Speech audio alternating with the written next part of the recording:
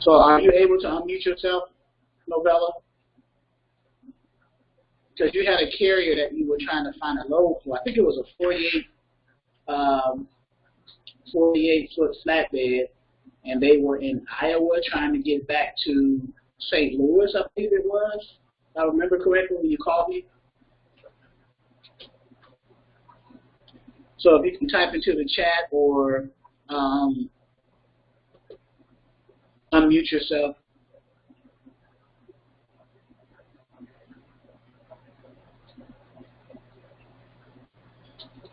Yeah, so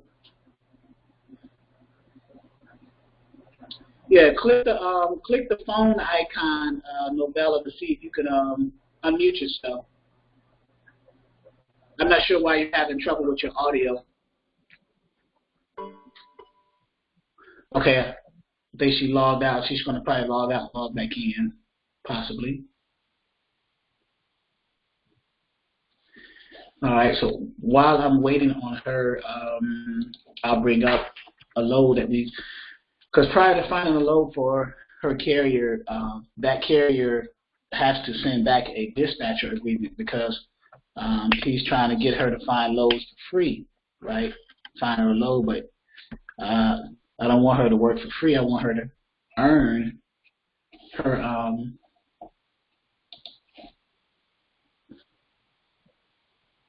earn that income from the invoice for servicing that carrier.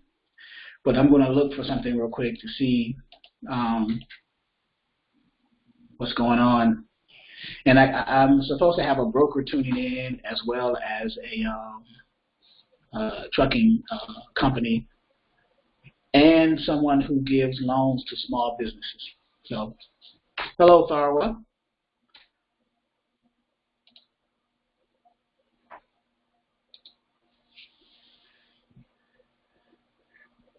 So can everyone hear and see me? I just want to make sure that I'm clear.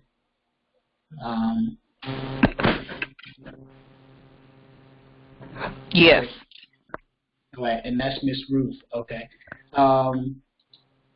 Does anyone have a question while we wait for, I'm waiting for Novella to see if we can get her to unmute herself. So, any preliminary questions? Let me look up real quick. Iowa, flatbed, and Missouri. We'll say St. Louis.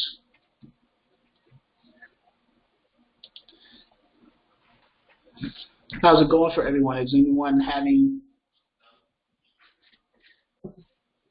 Okay, yeah, go ahead and try that, Novella. Log out and log back in.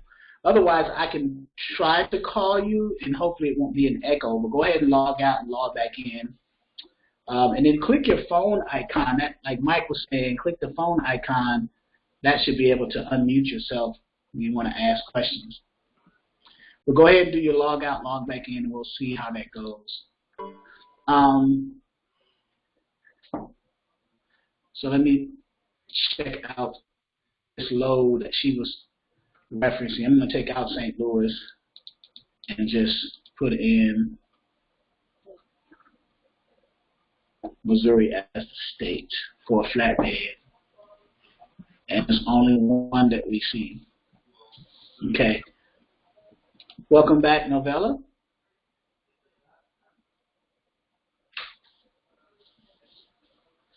So are you able to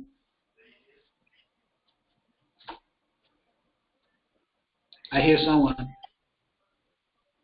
All right, there we go. Any questions?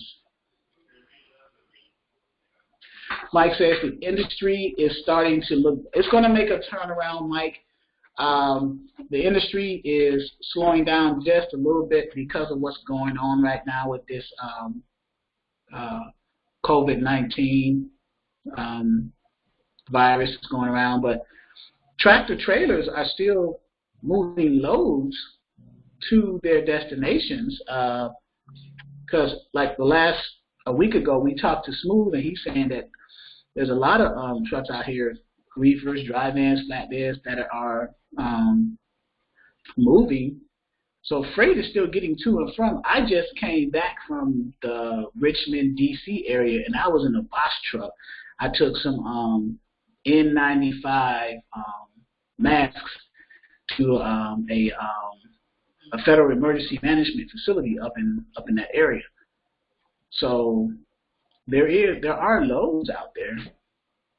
So you just gotta like in that situation, there was a need for that. So the medical industry and different businesses, they need those N95 face masks for protection. So if you can get those out, you can get a contract or find somebody with that, then yeah. So yeah, cheap loads, yeah, those seem to be the only ones that are available right now. You may find a few diamonds in the rough.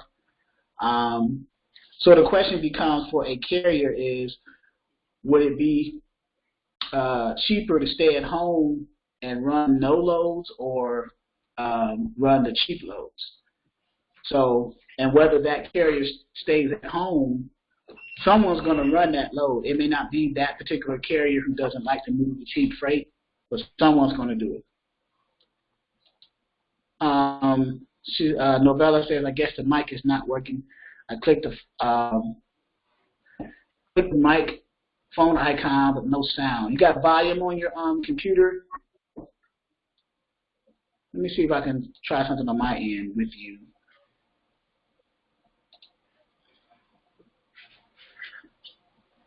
Try to unmute yourself.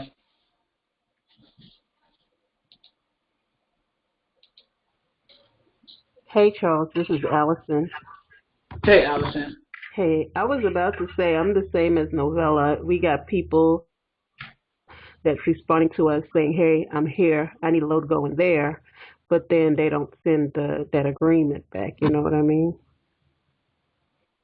Yeah, so it's, yeah, you got to let them know that I can't, I'm not in a position to work for free, so part of my services comes with a cost. You know, I'm a dispatcher, so this is what I do, this is what I get paid to do. I mean, I can't look for a load for you and then, you know, because that's time wasted. So what if you find them a good load and they say, oh, by the way, I don't want that load, or I found something, you know. But if you got a right, exactly.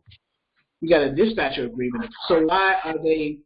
What is preventing them from signing a dispatch agreement or at least agreeing? Is it the fact that you may not find them a load or something that's paying well or taking them to where they need to go? Or well, no, I'm not sure, and it's not even like I would like say, for instance, hey, I found load going such and such, paying such and such, but I really need that dispatch agreement back so that I can go ahead and follow through. But you're not getting it back. You know what I mean? They just, I mean, I've sent I think 4 people already that I've gotten, you know, saying that they need a load, and then they just don't. I don't know if I'm not sure what the issue is. Okay. So Novella just said that person sent the agreement and profile back to me. So she has it now. So let me see if I can call you, Novella.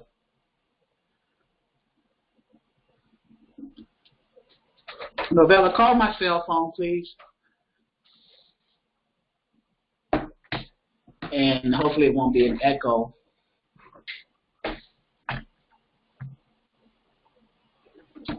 Yeah, give me a call on my cell phone. All right.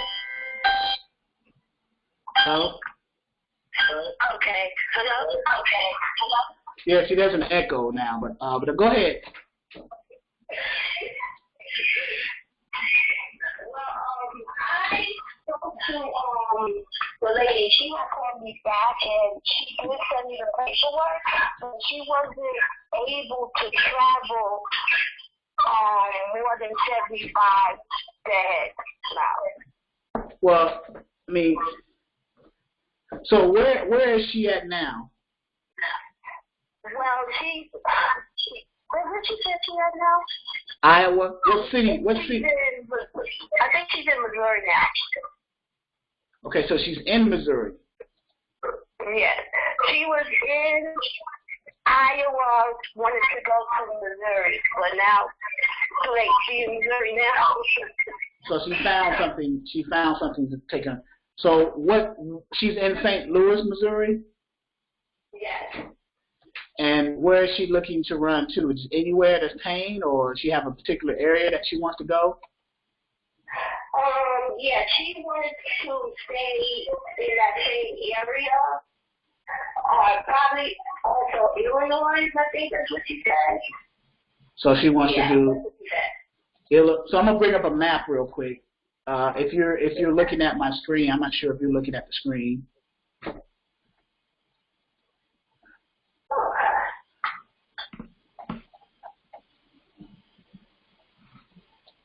I looked up everything, all the low boards that, we have available. And it was nothing like 75 or less that she was willing to travel. I tried to talk her into it. Yeah, if she wants a better paying load, she's gonna have to travel a little bit further, like maybe 100 miles. An extra 25 miles is not gonna kill her on fuel to pick up a load that may pay an extra $500 to $1,000. So she has to look at her margins and the money that she'll make to cover that fuel and more. So she's in Missouri. So you're saying Illinois, which is east of her. So she wants to like the surrounding states like Illinois, Iowa, Nebraska, Kansas, Oklahoma, Arkansas, all those states like that. Right. And she said she does travel to the mountains and pay toll. So I don't know why she didn't want to travel further, today.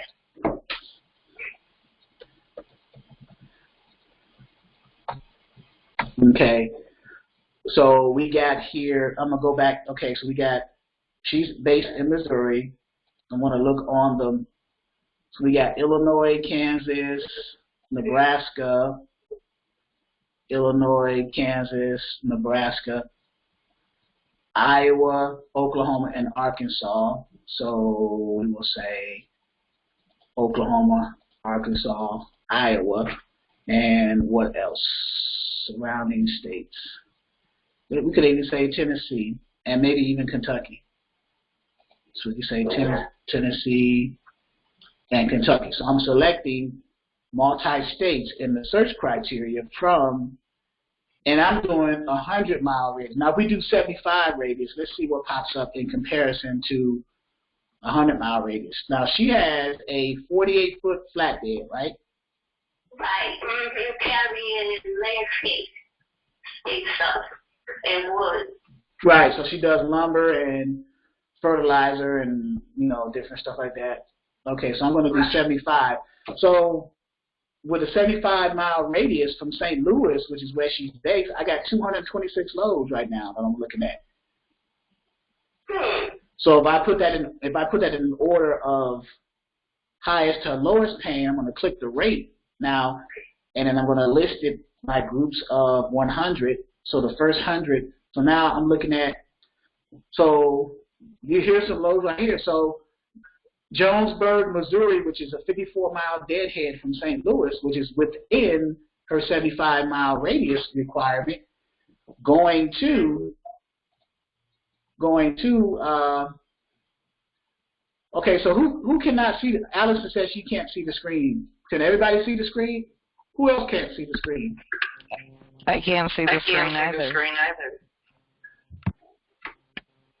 Give me 1 second. Oh, well, that's why.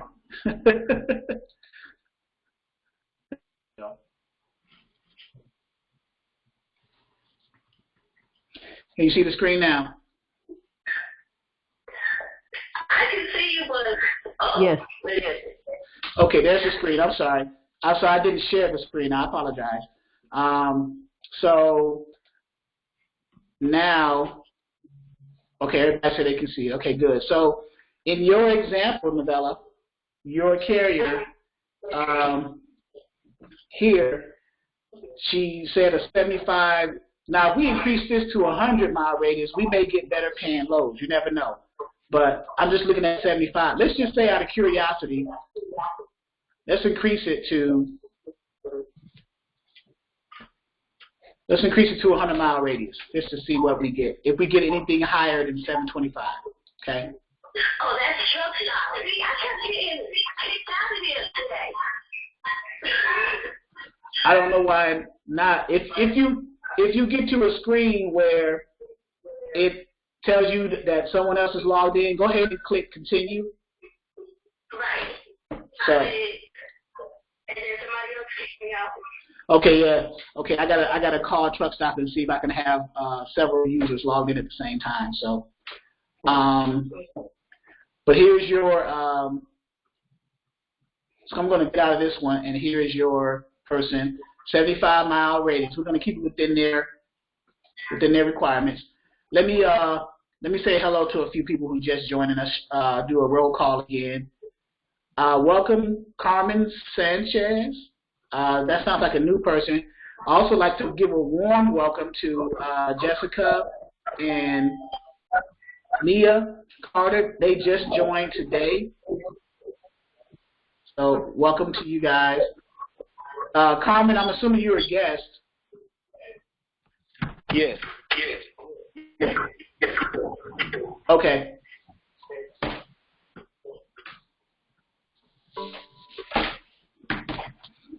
So let me go back to Novella's example. I want to keep it.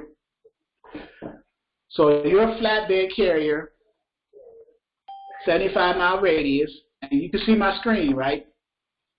Yes. Okay. So here's a load, 725, but it's going 451 miles. Now, what is their cents per mile minimum requirement? At least $3. $3. Wow.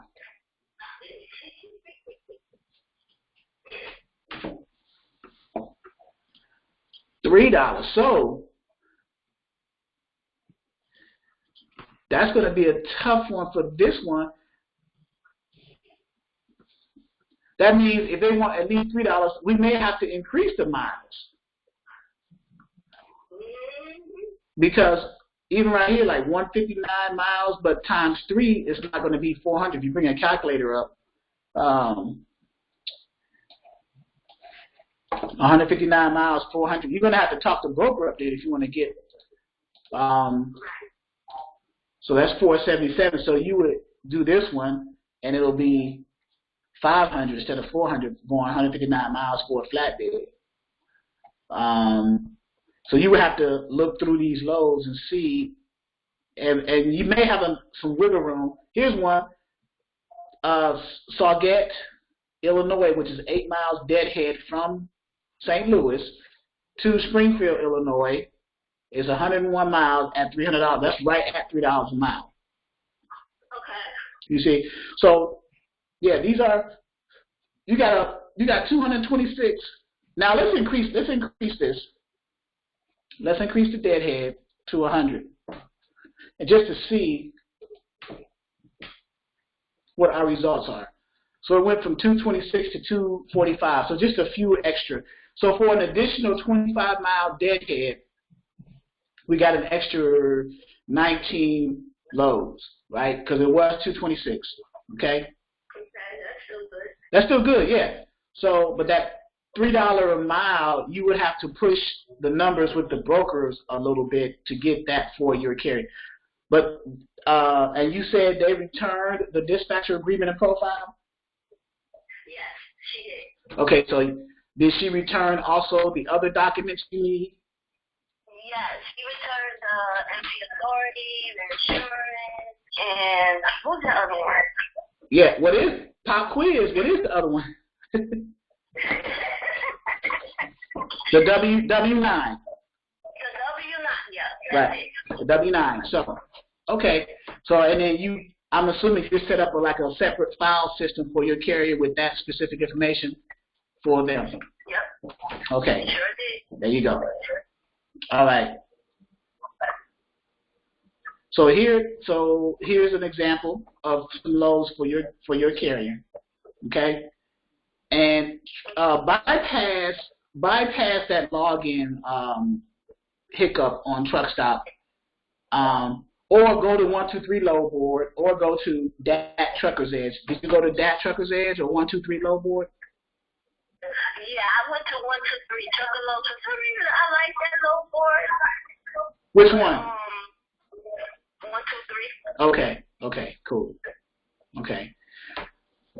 Let me come back to you. I'm gonna keep you on the line, on my phone, but I'm gonna come back to you for a second. I got some guests in here that I wanna, and a new member, Jessica and Amelia Carter. Hello.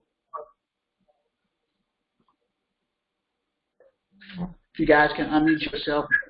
Everybody, welcome the newest members who enrolled in this platform today. Hey.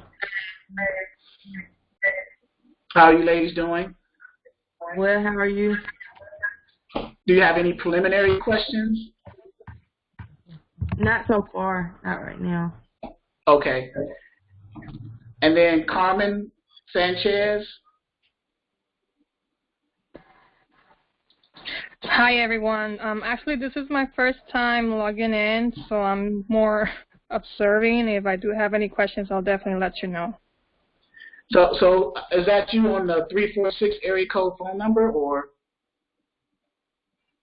346? No. Okay, that's someone else. So whoever the 346 area code phone number is, no name to it, but welcome to you too. Carmen, how did you come across our information? Was it on YouTube? Did someone? I actually was looking up his dad is a truck driver in the States. I live in the island of Puerto Rico. So I was looking like for second income, and I was considering doing a dispatcher. So I did some research, and I bump into you. Well, I didn't mean to bump into you. Excuse me. You know how you say excuse me when you bump into someone. Well, here I am. Yeah. So yeah, this is a form of secondary income. It could be passive depending on how you work it eventually. But being a work from home independent freight dispatcher, where you dispatch carriers, you find them loads and you book those loads with brokers or shippers, and you do that for a fee, and you do that consistently, then yes, you can generate some income for yourself. As you start off, the purpose of this training platform is to give everyone a beginner's level overview of what it is to be a dispatcher, from understanding the terminology of the equipment types, from understanding what's all required to dispatch, understanding how to navigate, understanding what a load board is, and then not only that, but how to navigate it, understanding who are the players in booking a load, be it the broker or the shipper, and how to speak to them, understanding how to go after the carriers, whether you call them directly, a cold call, or whether you visit local truck stops within your radius where you live. So it's a platform to establish a foundational level of understanding of what it is to be a dispatcher. And then over time, you will pick up on patterns and trends that you will develop for yourself, and you'll develop your own process of how you do it specifically. So, so if that's something that you're interested in, then there you go. Well, that's a nice intro. I've got a long way to go then. Well, what is your understanding of dispatching or the trucking transportation industry? Do you have any understanding? To be honest, it's all new for me. I have customer service experience at a call center, and so I guess that's like the base for me to start off with. And right now I'm just learning. I'm just taking notes and listening to everything, and just see if I like it or not. Okay. Daryl, is Daryl? I'm looking for Daryl. Daryl said he's on. Daryl is my freight broker guy. I don't see him in yet.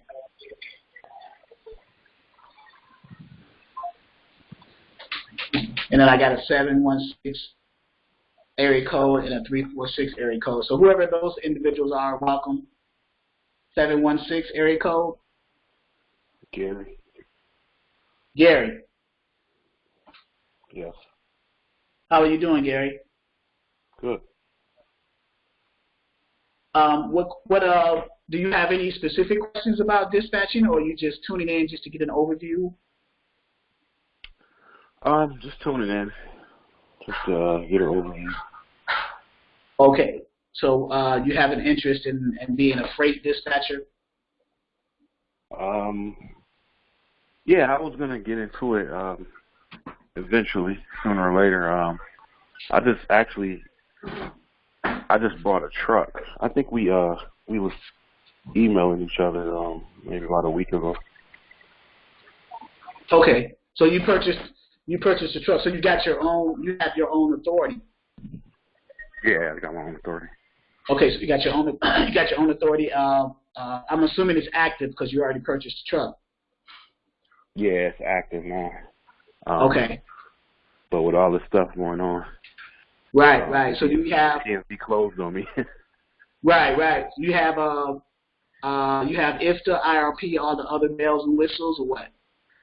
Yeah, I have my IFTA set up. The IRP I couldn't do because of the DMV close. Okay. So, for the sake of understanding for other, because you have other people who are listening in who are considering getting their own truck, can you give us an overview, and this will help you as well, of what are some of the requirements? If you can list them all, that's cool, but to start a trucking company, walk us through the process, in your opinion. Okay, I'll tell you what, give me a high level. What are some of the basic stuff? Of course, you need an authority, right? So give us some basics. It was a lot, but I didn't get discouraged because I have a cousin that has his own authority, but I really didn't even get the info from him. I kind of just did all my research online and YouTube, to be honest with you. Okay. And but you let me see. First, you need a truck. You don't really necessarily need a trailer, but before you even get the truck, you need to sign up with the FMCSA website and do all that. Let me see what else. So what he's saying, guys, is FMCSA.gov website. Well, it's actually FMCSA.dot.gov. You go up there, you pay a one-time application fee. I believe it's still $300 where you apply for an authority. And they're going to categorize, well, what type of authority are you going to apply for? Are you going to apply for a broker authority, or are you going to apply for a motor carrier authority? The broker authority is two types, broker of property and broker of household goods. The motor carrier is generally four types. It's a common carrier, contract carrier, household goods, and passenger. I'm assuming that Gary did common carrier, because I'm assuming you're going to go all over the country, right? Yeah, I did common carrier, so I can go all over the country. Okay. All right. So, and then of course you got to get your Mike said yes, $300 is non-refundable. So, there you go. Yeah, and then if you want to go active, you have to get insurance. Now that depending on who you go through, that could be kind of difficult if you are new. If you're new to the business and you don't have any experience in driving, because I actually have a CDL Class B, but I have an A truck, but I'm not going to be the one driving it. So I ran into a little roadblock trying to find insurance, but like I said, I didn't give up, and I still got insurance. So okay, cool. Now there could have been another option. You could have took, once you got your authority, you could have, I guess, leased to owner operators under your authority. They could have, got it that way too. Yeah, I thought about that. I'm still gonna keep that option open. I'm just thinking real hard about that because other people could mess up your authority. Correct. So that's where the vetting process comes in at, where you check their CSA score, and you see what they're all about and stuff like that before you even consider maybe somebody you might know that you may have went to truck driving school with, or that they're a good driver that you drove with when you were like, I don't know if you were a company driver prior to getting your own authority. So it's just a host of things that goes into play for that. Yeah, right. Yeah, exactly what you just said. And even if everything pans out to be good, you check their CSA score and do this and do that. I mean, things happen. Like if that driver's on your insurance and he kills somebody, then it's it's gonna be on you. If he rolls over in a ditch, it's gonna be on you. Right. So, right, because it's your insurance. Yeah. Yeah, it's your authority. Yeah. So are you let me see. Are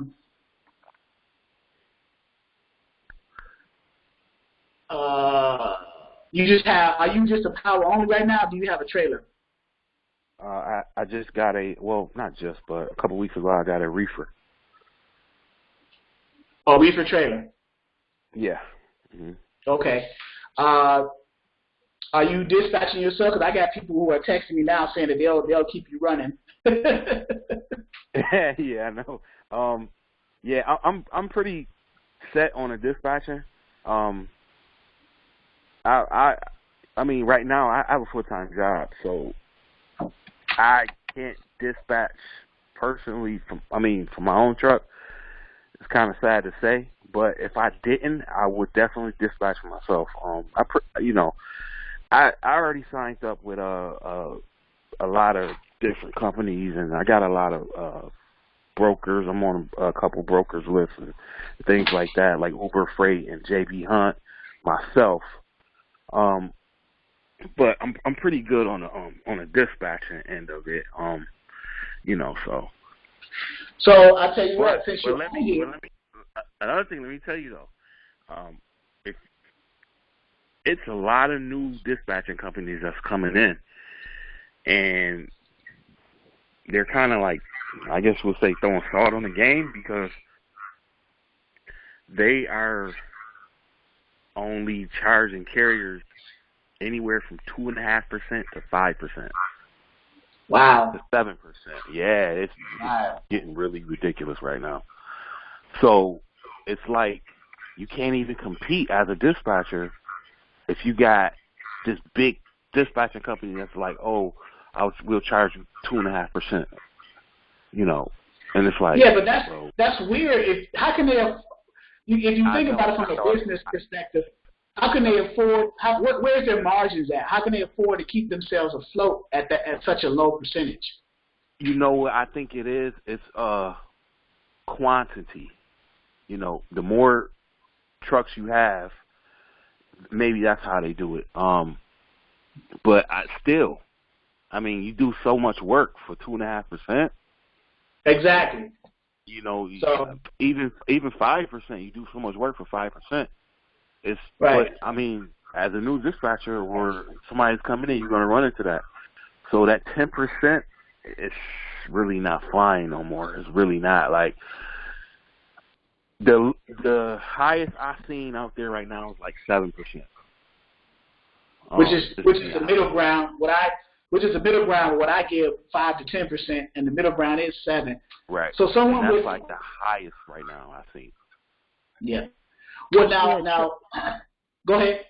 Yeah, Charles, this is Allison. I thought I was tripping when this one guy told me. He said, no, I can't work with you. I can't do 10%. I can do anywhere from 2%. And in my mind, I'm thinking 2%? I was like, wow. Right. So tell me, so you find him a load that pays, let's do some numbers real quick. You find him a load that pays $3,000, right? And the percentage to the dispatcher is the gross amount. It's not the net. It's not the net. It's not after fuel and everything else. It's the gross of the load. So 2% of a $3,000 load is $60.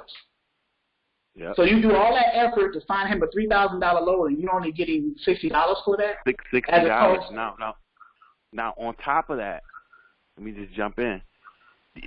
Booking the load that's where you start at. You know, you got to book the load. That your work begins when you book the load. Right. You know, so you got to book the load. You got to keep track of the carrier. Make sure everything's going good. Sometimes you may get called 2 a.m., 3 a.m., 4 a.m. at night. You may blow a tire, break down. You might not be at the stop on time.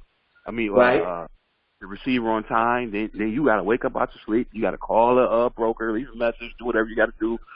So your work just begins when you book the load. It doesn't end.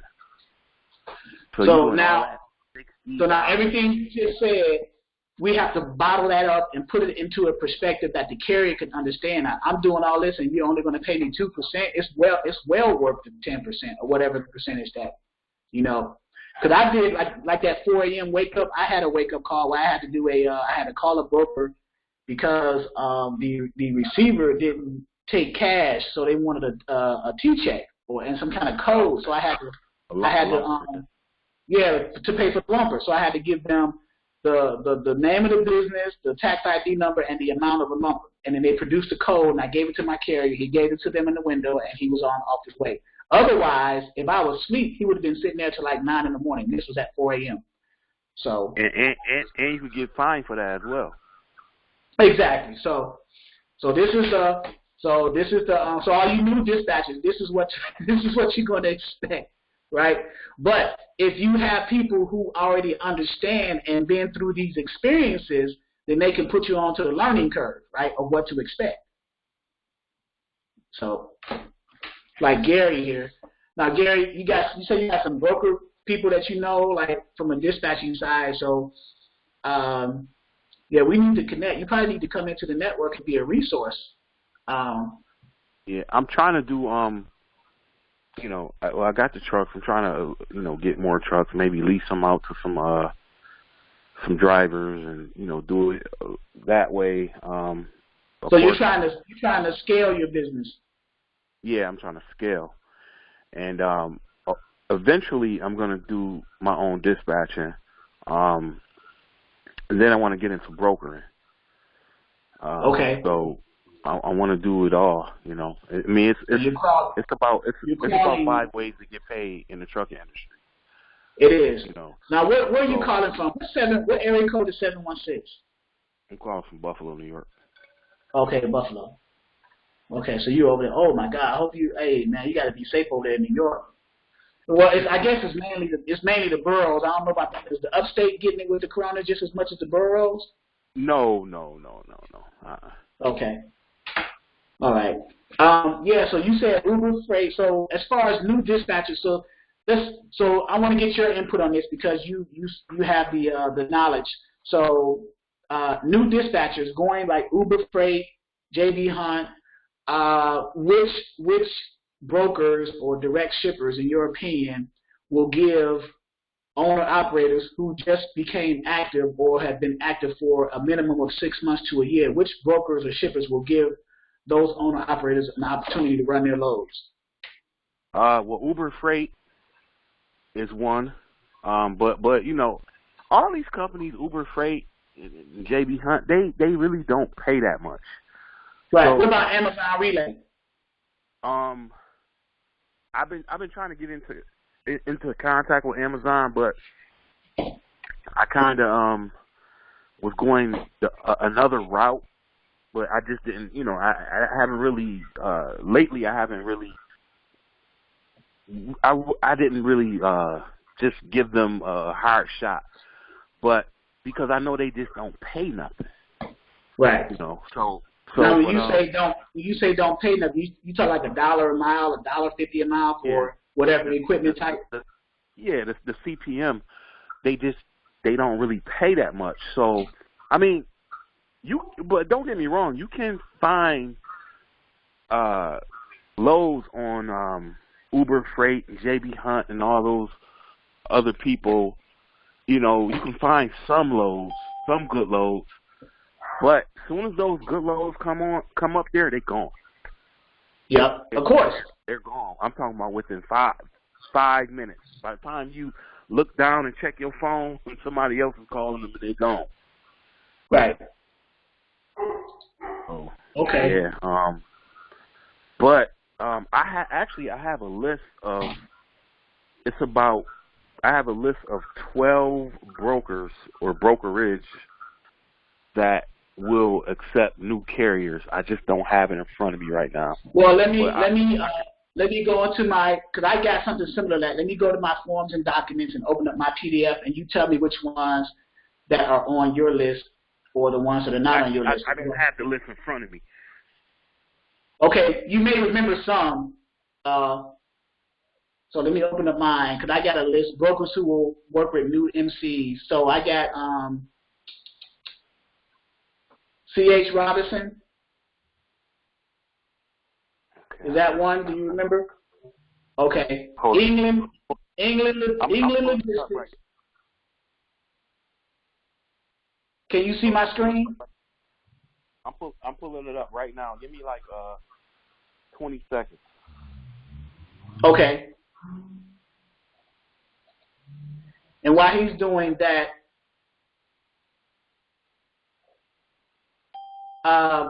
if Carmen is still on here, because Robert made a good point.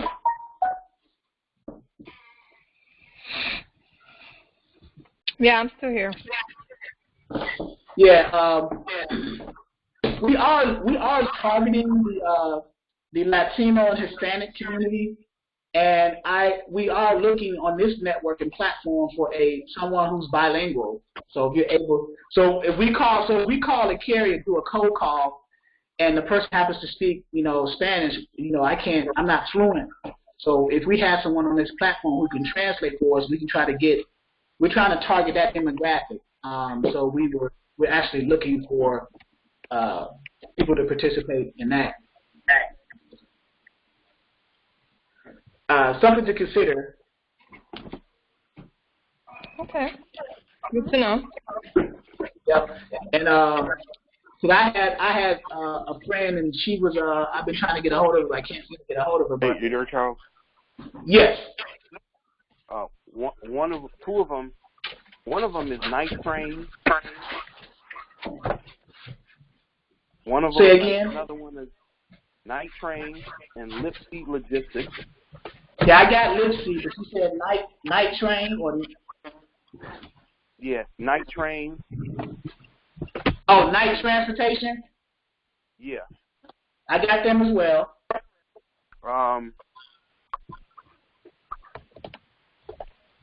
Total. Yeah, TQL. So are you on the phone or are you on the computer? No, I'm looking on my phone right now. No, I'm saying, but are you tuned into the training via your phone or computer? Say it again. Are you tuned into the training on your computer or your phone? Am I training on my computer or on phone? No, I'm saying, are you logged into this training on the computer? No. Actually, I'm calling it on my phone. Okay, so you can't see my screen. Okay. No, I can't. Okay, because some of the ones you're naming, I got my list up here of 11 that I know of. Okay.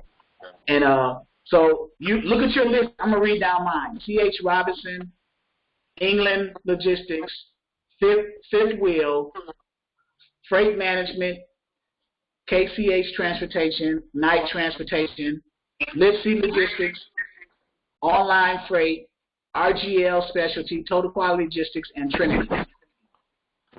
Yeah, you got about 5 or 6 of them.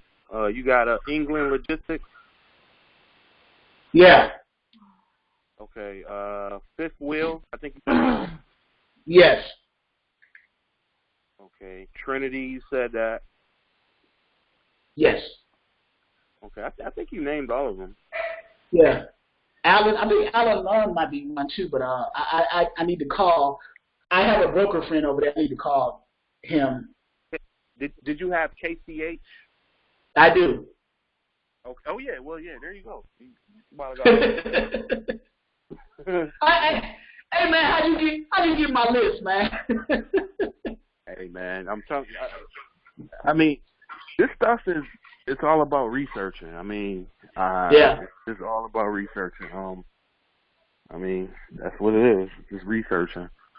Yeah.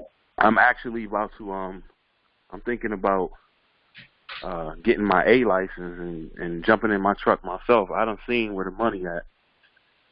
Yeah, I have an A. It had expired. I had to renew it. I had to do a physical and everything again. You know, when you've been out of it for a while, you got to do a DOT physical, make sure that you're able to climb into the cab. So.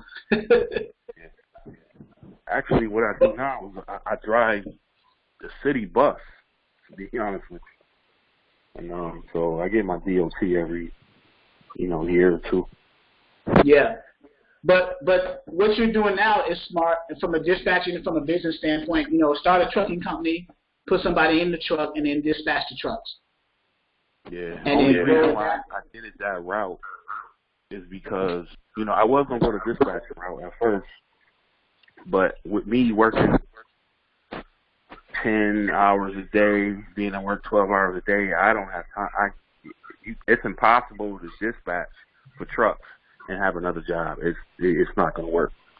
Not at all.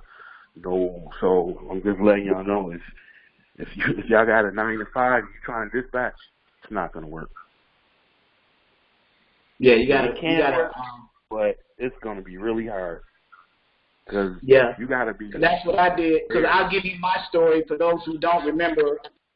My story is I was a part of another training platform where I came up out of, and I gave myself 90 days. I left my job for 90 days. If it didn't work out in 90 days, my wife and I, we set our monthly expenses aside for 3 months to cover me not working so I can pursue the dispatching part. So it took me, I would say, half of that 90 days, about 45 days to get really, and at the time, that was about 3 years ago, so the freight rates and everything were such that, they were better. So you know what I'm saying? So they were better, so I transitioned a little bit easier, and then I just took that and ran with it, did the online platform and started working with brokers and doing freight forwarding stuff and doing all these other contracts and stuff. So, but I gave myself 90 days. Not everyone is in that position, though. Not everyone can put aside monthly expenses to leave their job. And even leaving the job, I could have came back if it didn't work out. My company said, well, I could have came back. But, it's just not everyone can do it like that. So I'm trying to put together the platform in such a way where if I get carriers, I can let dispatchers dispatch those carriers, and we can just split the commission on the loads, percentages, and go from there. So Mike said Mike was driving the bus and dispatching too. So so it is hard to do a 9 to 5 because while you're at work, it's the same time that finding loads and talking to brokers is at its fullest activity during the early afternoon to late afternoon, but you're at work during that time, like 9 to 5. It falls within that line of booking loads. Yeah. Now, no, I'm sorry. Go ahead. Unless you're in a position where you're in an office where you can I was about to say that. Work a computer in such a way that your boss will let you at least get some carriers and get started on your first load, then that's cool. So. Yeah, I was just about to say that. I was about to say, let me rephrase that. If you have a job that you can jump on your phone anytime you want and hop on your phone or computer anytime you want, then you can have a 9 to 5 and dispatch. But if you have a job like I have where you can't even look at your phone while you're driving, it's not going to work. Right. So that's a scenario. That's a good scenario. Let me ask you, Evo, any questions? Because I want to get into some a little bit of dispatch training as well. I know people are, but I appreciate your feedback and comments, Gary. Oh yeah.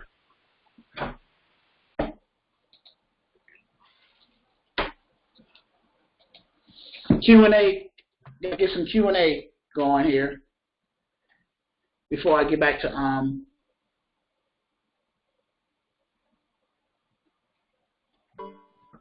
Carmen.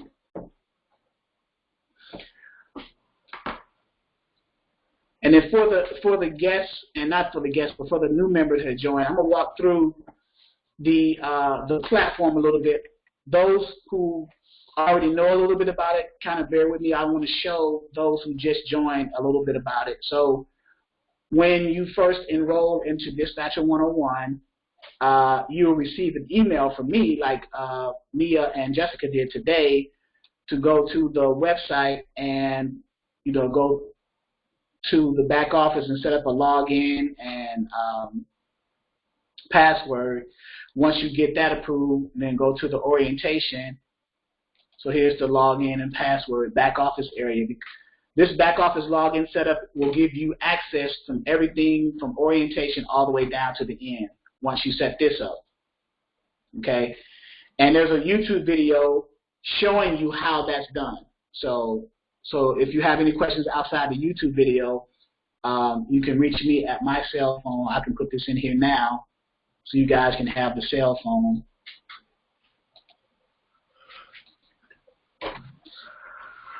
Here we are.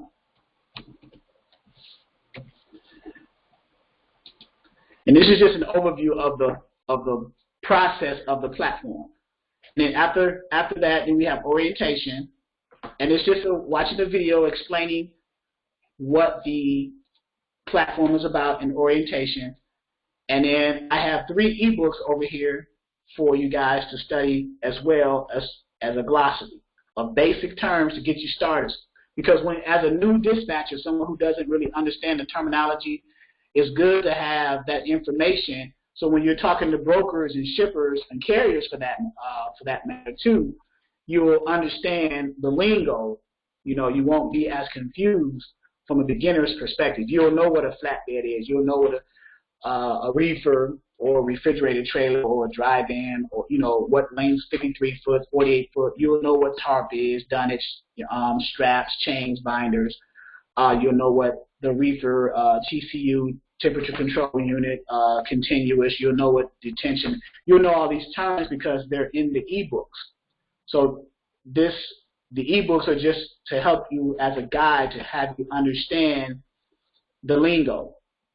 So after orientation, I'm developing the business setup portion where we explain, based off of the different states that you guys are in, but the concept of setting up a business is pretty much the same as far as getting a business license, EIN for tax purposes, business name and things like that. It's not a difficult thing to do. It's just a process. And then the meat of the training is the modules 1, 2, 3, and 4. Module 1, of course, you can't dispatch unless you have a carrier with whom you're dispatching for. So carrier acquisition goes into the different ways of getting a carrier to say, hey, yeah, I want you to be my dispatcher, and I'll pay you this percentage for that service. And, of course, we deal with a dispatcher agreement and a profile to get that process started. So, but carrier acquisition, there's a YouTube video in there. A lot of videos I recorded and added to the platform to kind of reinforce the concept, because the more you see things, the more you'll pick up on it and learn it. It reinforces learning. Positive reinforcement. We talk about on this platform the 3 major equipment types that move the most freight out here, of course, are the dry vans, flatbeds, and reefers. So those are the ones that we'll target when we go after carriers, as far as going into the truck search feature of Truckers Path, or whether we're cold calling, or whether we're visiting truck stops in our areas. However, whichever method that we use to go after the carriers in Module 1, carrier acquisition. Okay. And again, we go into explaining what those are. The vetting system, the FMCSA website. So there's a lot of content in here, Module 1. And then Module 2 is understanding what a load board is and the purpose of the load boards. The load boards are, starting out for beginner dispatchers, are the main source of finding loads for your carriers. Now, as you progress and become more advanced or a more experienced dispatcher, you will not only use the load boards, but you'll use relationships that you have built with the brokers and shippers from those load boards, and then you'll reference the load boards only maybe for backhaul, as opposed to all your loads. And but that comes in time. Right now, starting off as a beginner dispatcher, you'll look for your loads on the load boards until you get to a point where you have what's called dedicated loads, where you always have loads coming from the same source, like a broker or a direct shipper. Some of the popular loads that we have on our platform are 123 load board, Internet Truck Stop, DAT, Trucker's Edge, Next Load, and Truckload. So that's module 2, talks about the load. And I got videos in here, got content that talks about it. What is a load board? What is a load? Examples, the players involved in that. So there's a lot of content for you guys to have an understanding. The different features of a load board. I was just on a load board navigating, so giving you an example, like with Miss Novella, she had a carrier that she just got a dispatcher agreement. Her carrier was a flatbed carrier, 48-foot flatbed. That's the equipment type of her carrier. So, and she was looking for a load for them. That carrier required a $3 a mile. So that was their requirement. So she was looking for a load that met that requirement, $3 a mile. So she was on the load. We were on the load board earlier doing that. So that's module 2. Module 3 is actually booking the load. So once you find the load, now you have to book that load. Get that load set up with the broker and your carrier. Booking the load involves contacting the broker. Say you found a specific load that met the requirements of your carrier.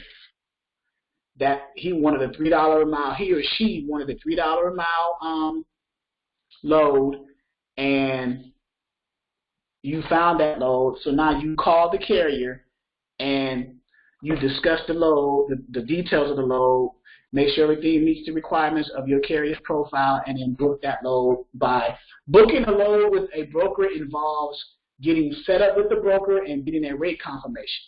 Getting set up with the broker means that you're filling out what's called a carrier packet or a broker-carrier agreement. They vary between different brokers, but some of the same information, standard information is in the packet. The broker's responsibilities, the carrier's responsibilities, the pay requirements or pay scales for the brokers, any detention, any layover, and then all the other documents that you need to get set up with that brokerage, W-9, MC Authority, certificate of insurance. So once you send that information to the broker, fill out the broker carrier agreement, the broker processes that information, runs it through their compliance team, approves or not approve that carrier. If approved, they'll contact you and say, we approve, your carrier's been set up with us, let us send the rate confirmation. Once that rate confirmation is signed, that load is officially booked. You have cases where brokers, you sign a rate confirmation, the load is booked, but then the broker comes back and say that shipper canceled the load. So then you got to get what's called a TONU, truck order not used situation. So Ishmael just asked the question, why are the rates so low right now? I got a flatbed right now between Denver, Colorado, and California, and all I see is $1 a mile, $1.60. Is that, unmute yourself, Ishmael.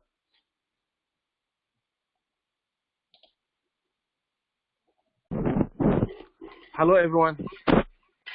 Hey, how you doing, Ishmael? Doing great, sir. How are you, Charles? Oh, okay, how are you? Doing great. It's been a while. Yes. So you have a flatbed guy, he's in Denver, Colorado?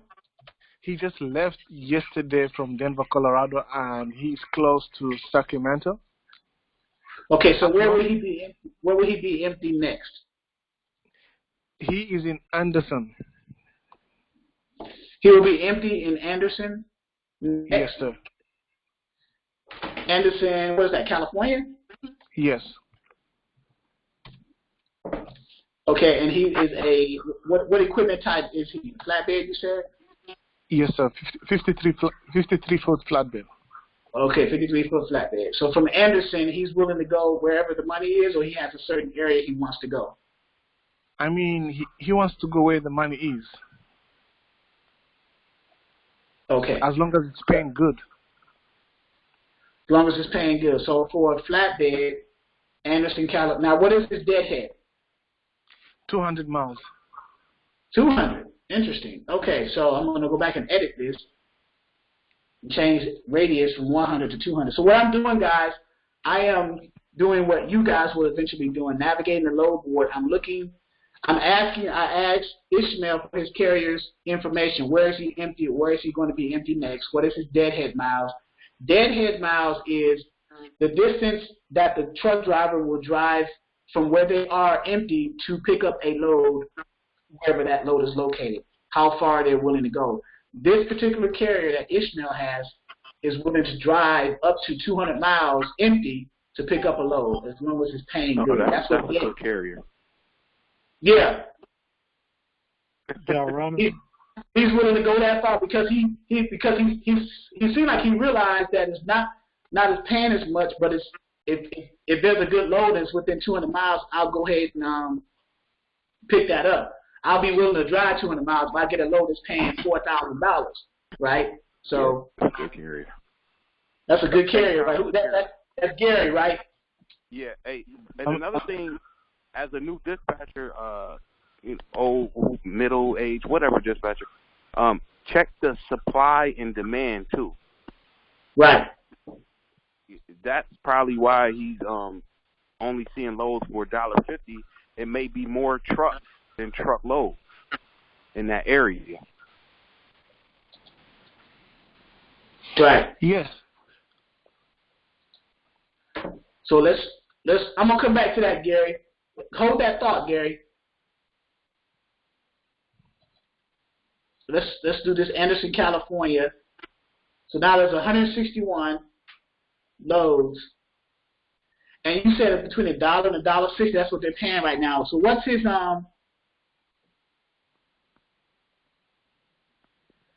You know what? That's a good point. Mike just made a good point. Let's check the freight, the rates right now, and see the trend lines and see what the rates are out here for each of those types. So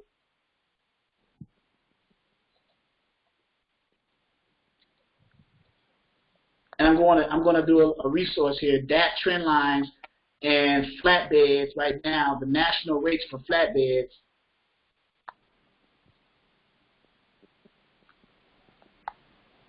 There you go.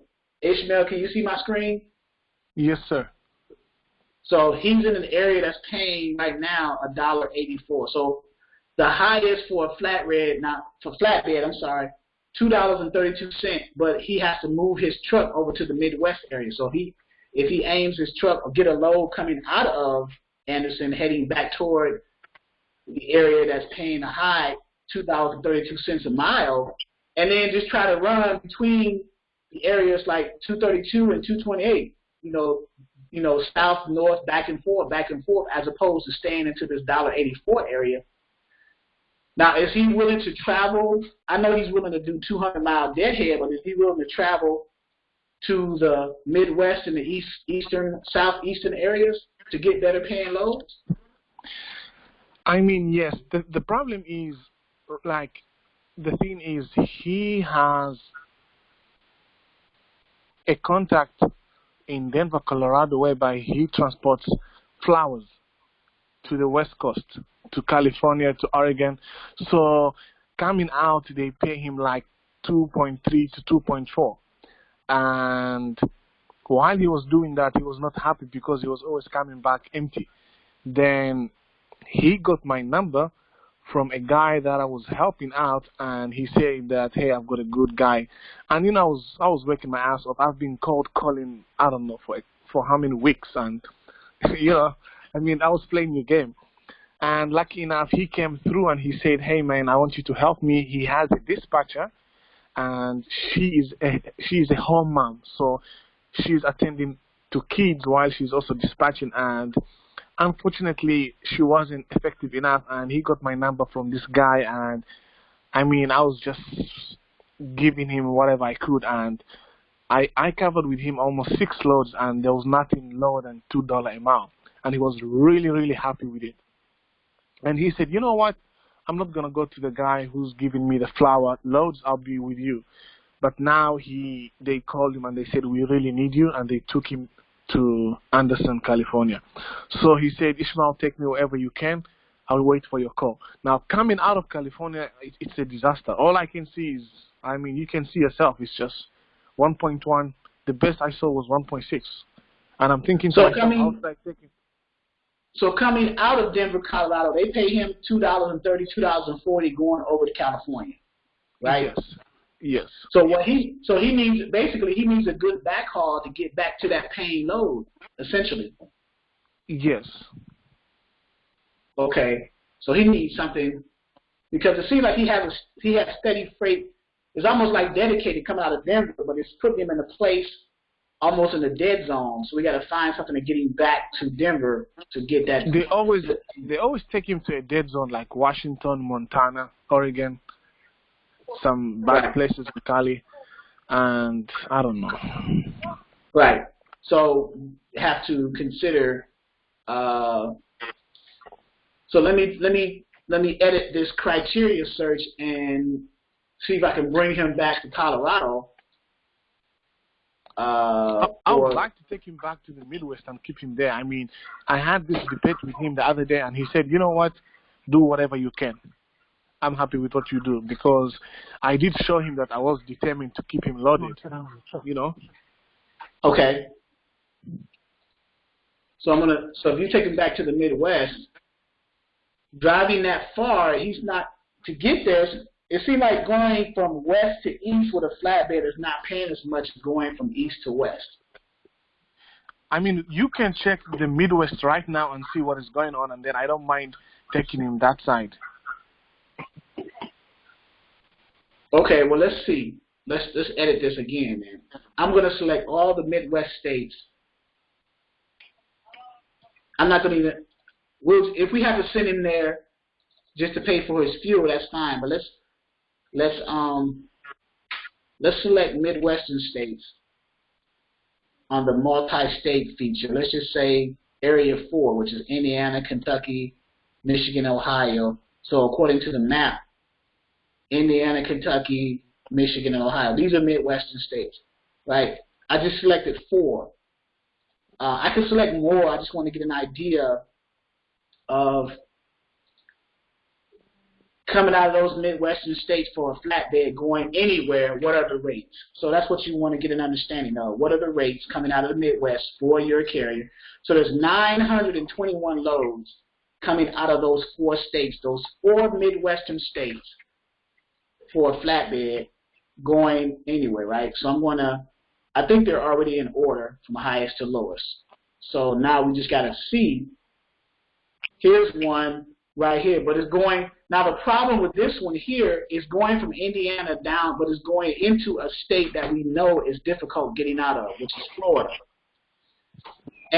But it's paying good, so that's the challenge right there. You see good paying loads, but they're taking you to areas where you may have a difficult time coming out of, right? So $2,200 at 9.10. What is his cents per mile? What does he want? 2.3. He wants $2.30. Okay. So this one here is 241. So, and it's a 48-foot flatbed, and it's only 7,000 pounds. So he's not burning that much fuel. Robert asked, how far in Florida? So it's going down to Panama City. So let's Google that, Robert. So let's Google that real quick. Let's use all our resources at our disposal. Elkhart, Indiana to Panama City, Florida. So Robert makes a good point. How far into Florida? So basically, let's look at it on the map here. I just did it.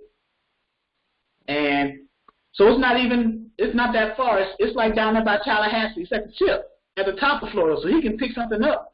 In Alabama, Georgia, he can go to Tifton, Georgia. So it's right here. It's at the top. It's not real far in Florida. It's like at the top, like the Panhandle. Right there, like the Gulf of Mexico, the Panhandle. So he can probably get something out of it. He can go to Tallahassee. He can go to Pennsylvania. He can go to Mobile, Alabama. He can hit Alabama, Mississippi, Atlanta, Georgia. He can get something. So this might be a good load to consider. That's a good point Robert made. Depending on how far into the state of Florida you go, whether you might be able to find something coming out. So that may be a good load.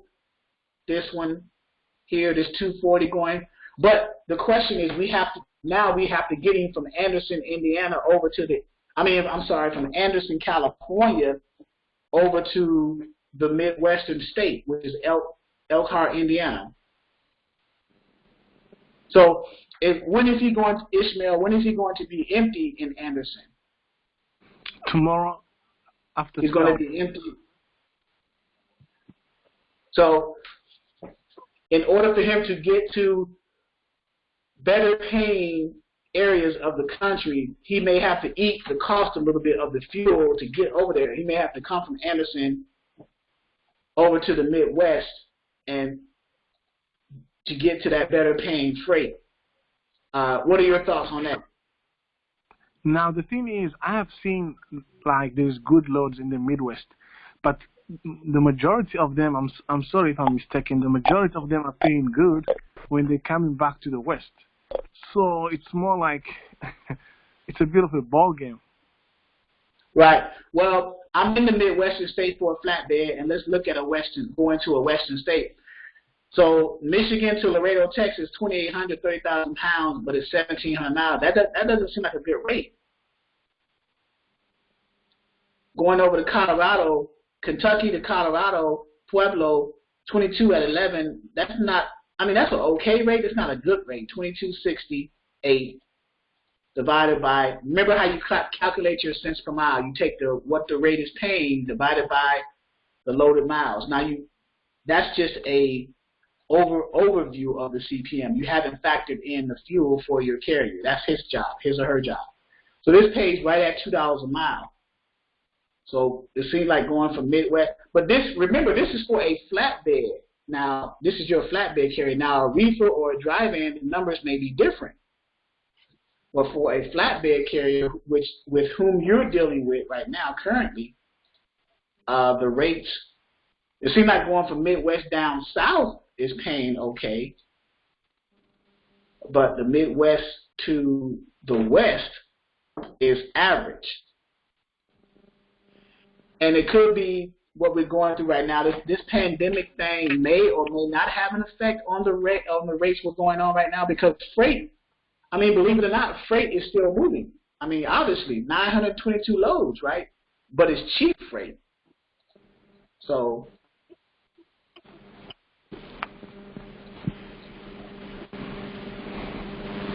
all right, area code, I got somebody unmuted, 281.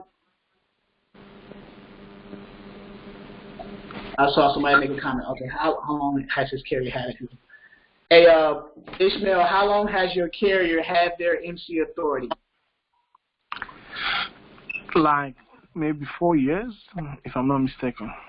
Okay, so he's pretty much experienced. Okay.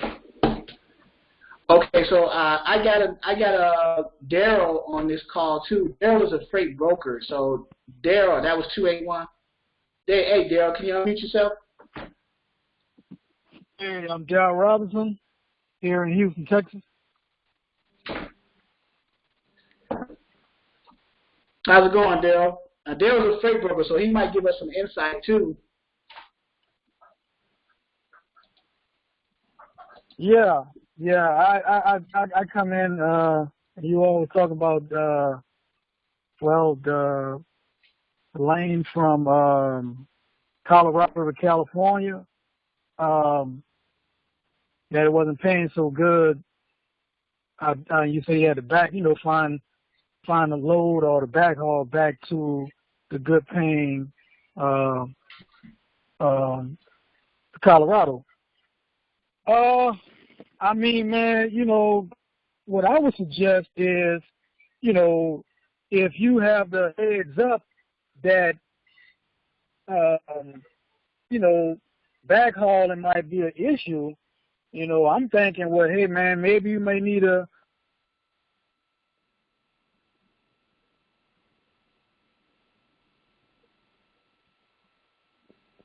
We lost you for a second there. We got disconnected. Now that's a broker. That was Daryl. He's going to give us an insight, but we lost him for us. So he'll come back in. I'll text him, let him know. But Robert said Oldcastle. Robert, is that fertilizing company or lawn care company?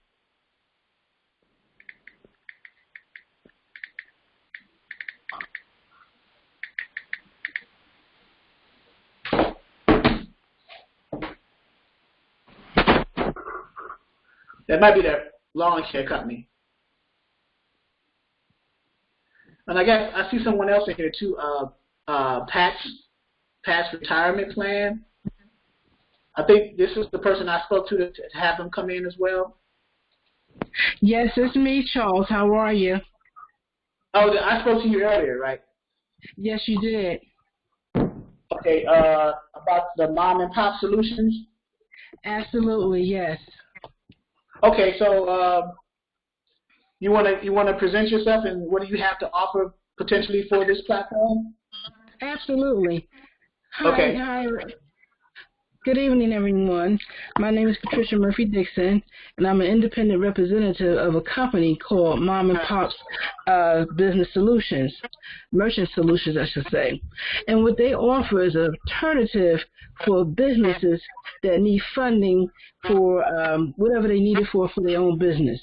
Okay, it's different from your traditional banks, where your bank, if you go and apply for a loan, you need 100 pieces of documents. They may take 2 or 3 months to give you a yay or a nay. With Mom and Pop Solutions, it's different. They do business different, and all you basically need is 3 months of bank statements, and if you have a merchant account, 3 months of merchant account statements. If you don't have merchant accounts because you're a truck driver, quite naturally, then you have to have 6 months of bank statements and do an application. And that's pretty much it. 6 months bank statements that your business has been in business, and you have to be for at least 6 months or more. Submit your application, and they'll give you 5 to 7 days a response to whether your application was approved. Okay. Does anyone have questions for Pat before I chime in? Yeah. Go ahead. What is the APR? The annual percentage rate we don't give. I don't have that information. Once you submit your application for the loan, the underwriter will give you that information because it varies. Okay. Are you the bank or are you just the broker? No, I'm not the banker. I'm not the banker. I'm the representative that bring the yourself, which will be the business owner, together with the company, which is Mom and Pop Merchant Solutions, that will offer you the loan. Okay, so you're a broker. No, I'm not a broker either. I'm an independent representative for Mom and Pop Solutions. What is your percentage? Excuse me? What is your percentage? My percentage doesn't come from you. My percentage will come from the company itself. Okay. I charge you nothing. All I do is give you an application. I give you a website. You go onto the website, you fill out the application, submit your 6 months bank statements to Mom and Pop Business Solutions, and your application. Make sure all your I's are dotted, your T's are crossed, and then once those documents are submitted, then they'll look over your documents and let you know in 5 to 7 days whether your loan was approved. And that's pretty much that. It's that simple. Let me interject too. Is there a loan range that could be given? Like, what's the amount that a loan can be given? Like, the minimum loan, I believe, is like $2,500. They give loans out to $4 million, depending on your company and what your company is generating. What happens with Mom and Pop Solutions, what they would do on a daily or weekly basis, however the underwriters set up your loan, they would give you all the guidelines. However they set up your loan, if you had a merchant account, but again, since you're a truck driver, more than likely you have a business banking account. So the money would come out of your banking account each day or each week for your repayment of your loan. Okay. So would you mind? I see an email here, but if someone wants to get in contact with you, what's the best way to get in contact with you to have further questions outside of this recording? Absolutely. After your Zoom here this Monday, I will forward you the card, and then get the information from there. It will be my business card with my business number on there, and the website that you will go on to apply for the loan. Okay, so I'll just let it. I'll get the information and I'll funnel it to the network. As we. Absolutely. Mm-hmm. Okay. All right, Pat. Thank you. Thank you for having me. Thank you. No problem. Okay. So any questions? Back to the website and the where was I at? Under load boards and booking the load with the broker and or shipper. That's module 3. And then module 4 is invoicing the carrier. So once you book that load with the carrier, once that carrier delivers and gets the BOL signed and everything, then you invoice the carrier your percentage, whatever that percentage is, 2%, 7%, whatever that number is for your service. So, and those are the 4 modules that we go over. And then we also have different forms and documents. I'm not going to click the link here, but we have other forms and documents, tools and resources you need. All the training videos from this training and before are under the training video link under Dispatcher 101. So there we go. Load for that was at 41K. And I was like, oh my God, I really need somebody to pull. So we got Daryl. Is Daryl back? Back. Daryl, the broker? Yeah. Okay. Yeah. You were explaining something before we got cut off. So yeah. I mean, I would suggest, that's if you have, or through any indication that, hey man, I may be having a problem, returning back to, Colorado. I believe that's where you say that, the good load, was running out of. But what I would suggest is, you bring that to the broker's attention and, see if you can negotiate, a better rate. See if he can work with you, if, there's maybe a 37% chance or, whatever it may be, you getting, a load going back. But yeah, I mean, that's a part of negotiation, especially if you have that knowledge that, hey man, I cannot find nothing, to get back, to the land, to the load of milk and honey. You know what I'm saying? Right. Yeah. So going out your line haul from Denver to California, you want a higher rate as a dispatcher for your carrier, because the higher the rate for your carrier, the more you're going to get in proportion to your percentage anyway, right? So your number, as their number goes up, your number goes up in proportion, because no matter what percentage you're charging, that's just the law of averages. That's just the math.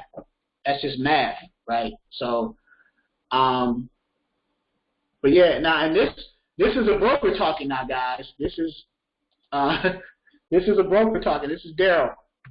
So, giving us a broker's perspective. Right. I mean, before I became a broker, I was a trucker. You know what I'm saying? So I'm always be on the trucker side, man. I mean, it's a difference, being on that road humping as opposed to being up behind a computer and a telephone, verbalizing. So my heart and soul is always for the trucker, man. And the way I see it, man, I'm always make sure my truckers are taken care of. That's why I see myself, accelerating in the game because, I just got passionate about, being a trucker. Now, I wish every broker had that mentality. This industry would be a little bit better because if they had a better understanding of what it is to be a carrier or what the carrier is going through. And I wish if a person wanted to be a broker, they should experience being a carrier first like you have. That way they're more well-rounded, as like you said, someone who's just behind the desk and don't have a perspective of what it is to be a carrier.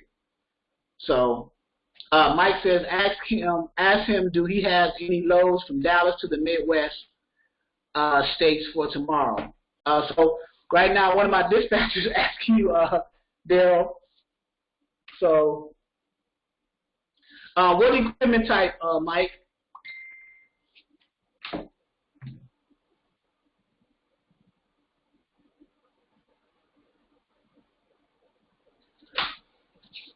Oh, van. So, van.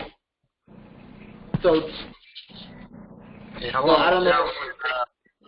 How long has Daryl been brokering?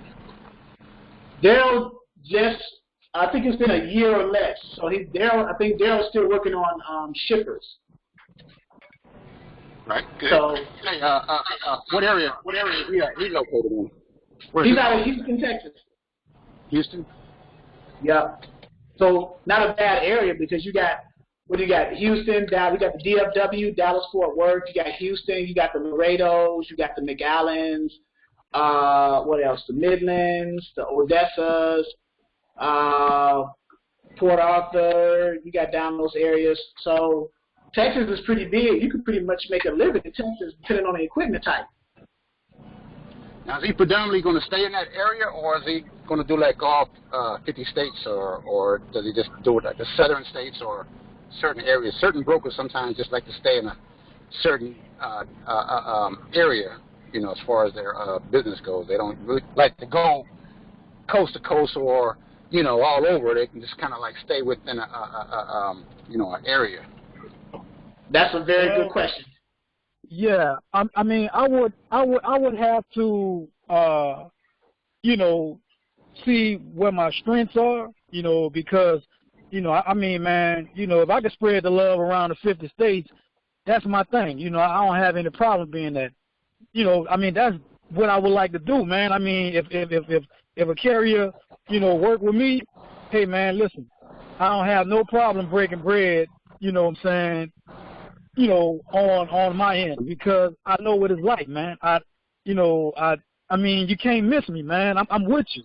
You know what I'm saying? So, I would have a problem doing the 50 states, man. I mean, especially if I have, a network of carriers. I mean, like, hey, man, look, this is what I have, et cetera, et cetera, et cetera. Let's go from there. Right. So, I mean, Daryl he's becoming part of the network in the sense that he wants to lean on us as far as carriers. So we can provide insight to Daryl as far as like, okay, what states and what equipment types in those states that he can go after those types of shippers. And then once he does that, and we know who Daryl is now, we can pretty much point our carriers in his direction, knowing that we can negotiate some good rates with him because he understands the carriers because he was a former carrier. So, and that's the whole point of relationships in this industry. So that's the whole point. So now is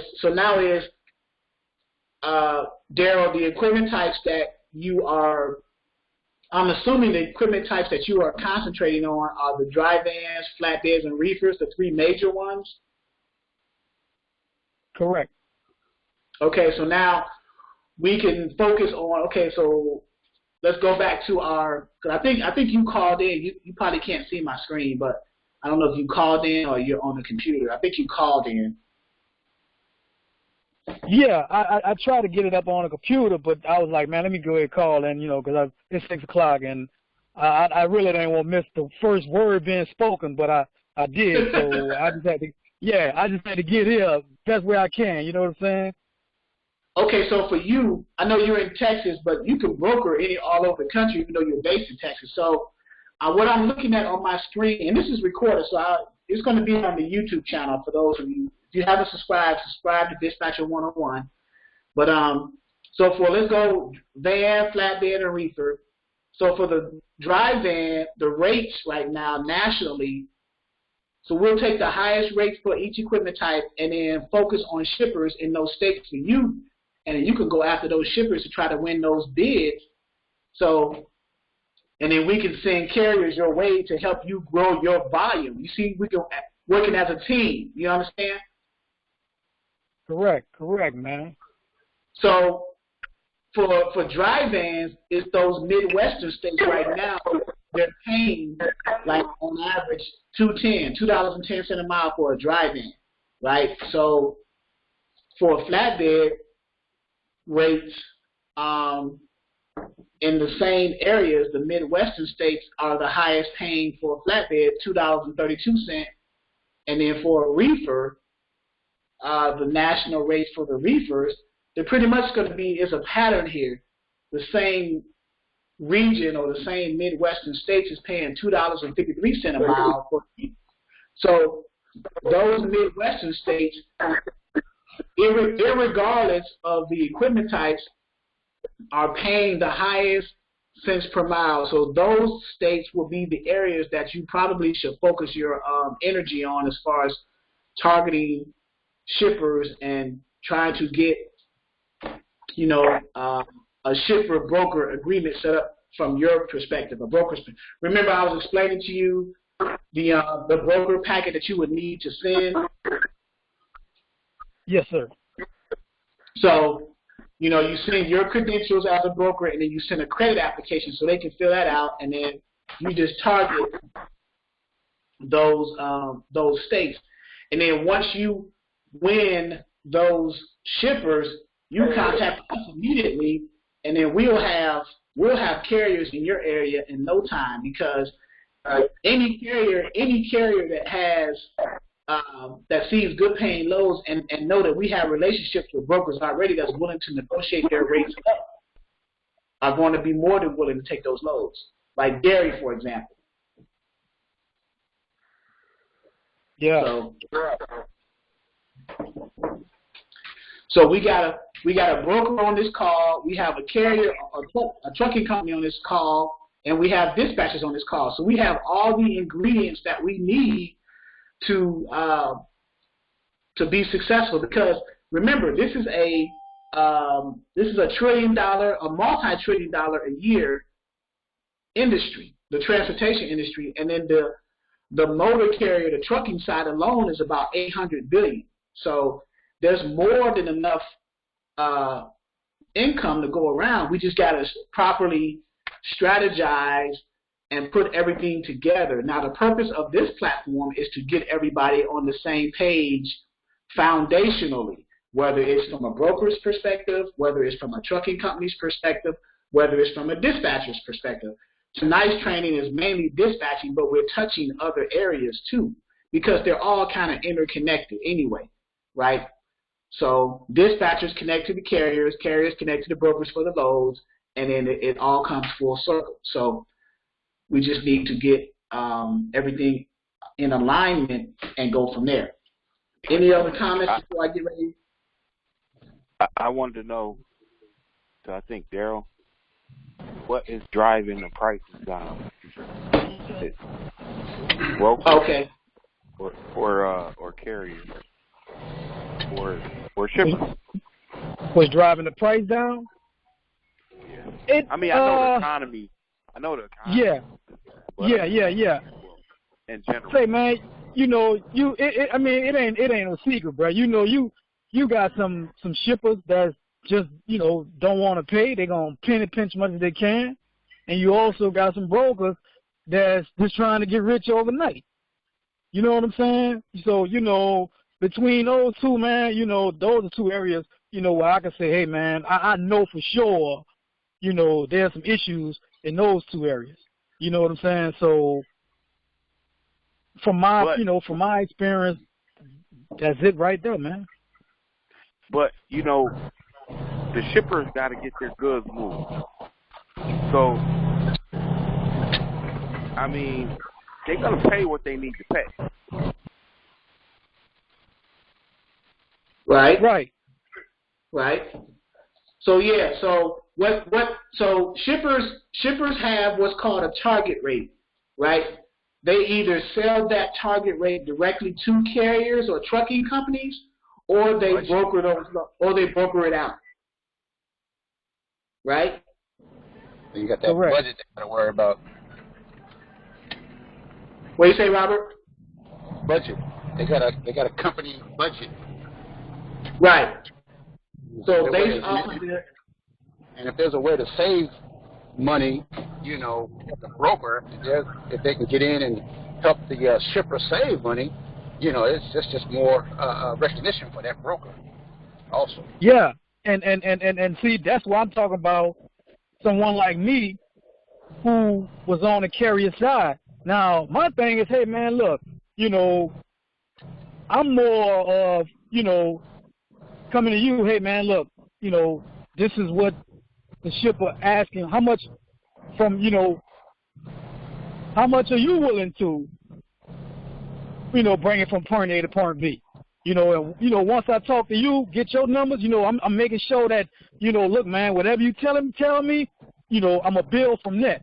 But I don't want you to underbid yourself. You know, I want you to take all the factors into consideration, you know what I'm saying, as to how much it's going to cost, you know, to move this load. Because when I get the shipper back on the phone, then I got some ammunition. I got some firepower to work with. You know what I'm saying? So that's why I say, you know, my relationship is more to the carrier than to the shipper because I've been there, bro. So I'm, you know, go ahead. You guys don't, what Daryl just said, I don't know if you realize what he's saying. So we have a carrier-friendly broker on the line with us right now, telling us that he's willing to work with the carriers in order to get a better rate for the carriers when he goes back to the shipper and try to negotiate. So when we're trying to negotiate higher rate, he's basically telling us we need to know our numbers as dispatchers and carriers on the loads. So when he asks you, okay, so what is your all-in rate for this? When the broker tells you that or asks you that, they're asking you, okay, what do you expect to get paid? What's the rate you want? What's the line haul? What's the fuel surcharge? Any detention? All the numbers you need to know, a total number. So that varies. So as a beginner dispatcher, you're not going to know that as a beginner dispatcher. You're going to have to learn that over time, and you're going to have to go through certain experiences. But what Daryl is saying is we need to know our numbers, so when the broker asks us those types of questions, we'll be able to properly negotiate and understand what it is that we're needing. You know, what's going to cover the fuel, what's the line, what's the surcharge, what's the detention, what's the lumper, you know, all those factors and numbers that play into a rate for the carrier from the dispatcher's perspective and from the carrier's perspective too. So Gary's perspective and all you dispatchers out here who are starting their dispatching company, you will get this. You will get this eventually. It's good that you're hearing this because you need to hear this, right? But you'll get the basics because that's what this platform is for. I'm gonna basics you to death, so much so that you'll have a foundation that you know is unmatched. But it's good that you have that we're hearing a carrier-friendly broker talking to us right now, telling us this is what you guys need. When you come to me, my brokerage, I'll be willing to work with you because I understand, because I used to be where you are. You know, I used to be a carrier, so I know. So when I give me enough leverage to go to the shipper to get you your rate that you're requiring from me. That's basically what Daryl is asking us to do. Right? Exactly. Set up with a great factoring company. Yeah. Are you asking Robert? Is he set up with a factoring company? Yes. A great. Yeah. Yeah. Have you set up with a factoring company, Dale? No. A few has been contacting me, and right now I'm like a free agent. You know what I'm saying? I'm like a free agent, and the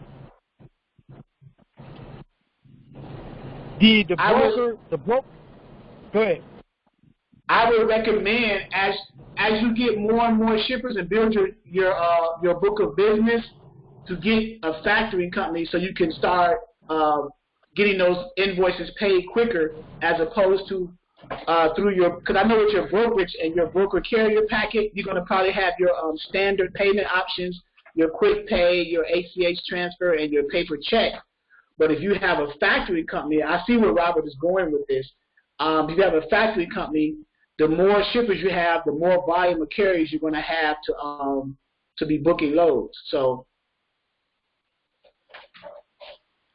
Right.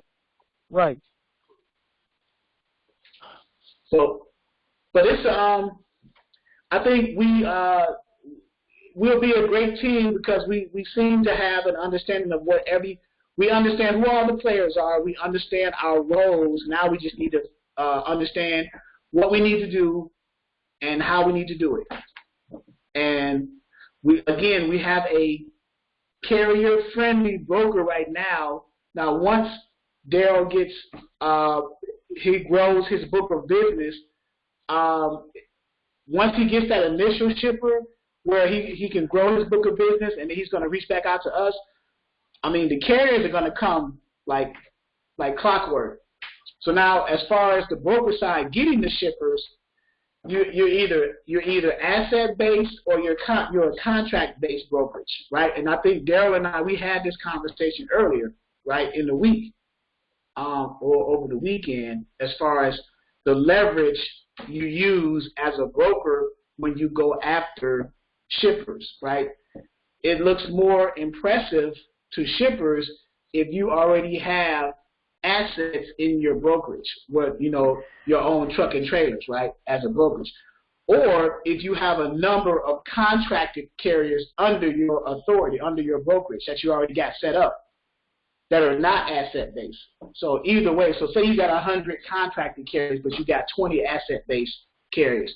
Well, the 100 contracted carriers under your brokerage will look better in front of the shipper, because 100 is a larger number than 20, which can meet the capacity of the shipper and their requirements. So I think Daryl understands that, though.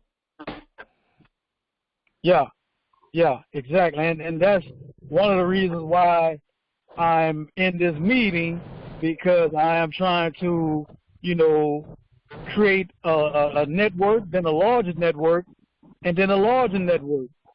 Because my thing is this, man, listen, I don't know about any other broker out there, but this broker is on your side.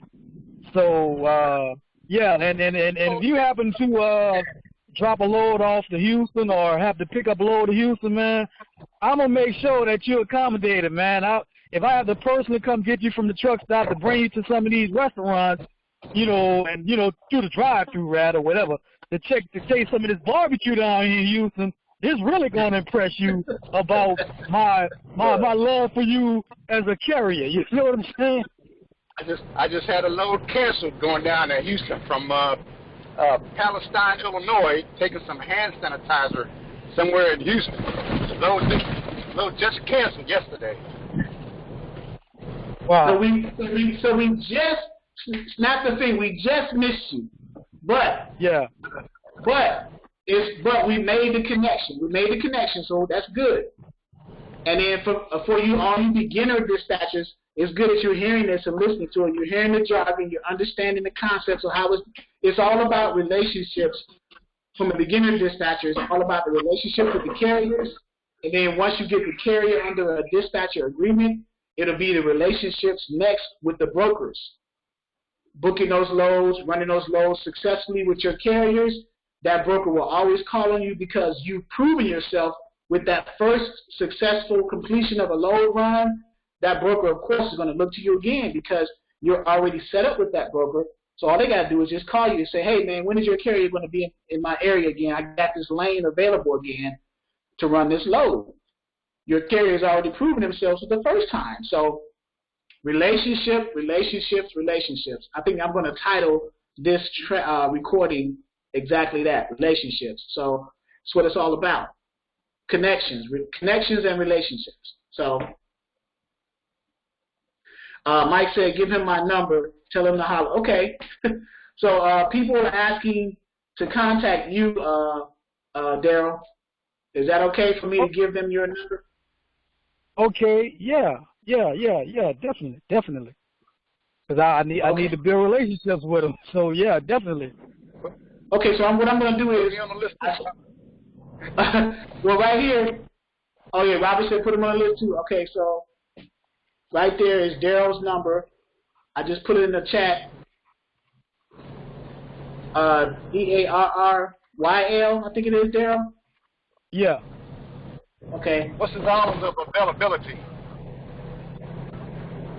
The time availability? Yeah. You can call me as early as 7 in the morning to like 8 at night. All right. There you go. There you go. Connections. Yeah. Hey man, I'm gonna call you, man. I'm gonna call you, Doc, and we're gonna shoot. We're gonna hook this thing up, man. I'm gonna call you, Doc. You sound like you can go into them shippers, man, and get them contracts signed, man. I got some things for you. Yeah. Robert got some super connections. So all he needs is somebody to go in there and do the talking, right?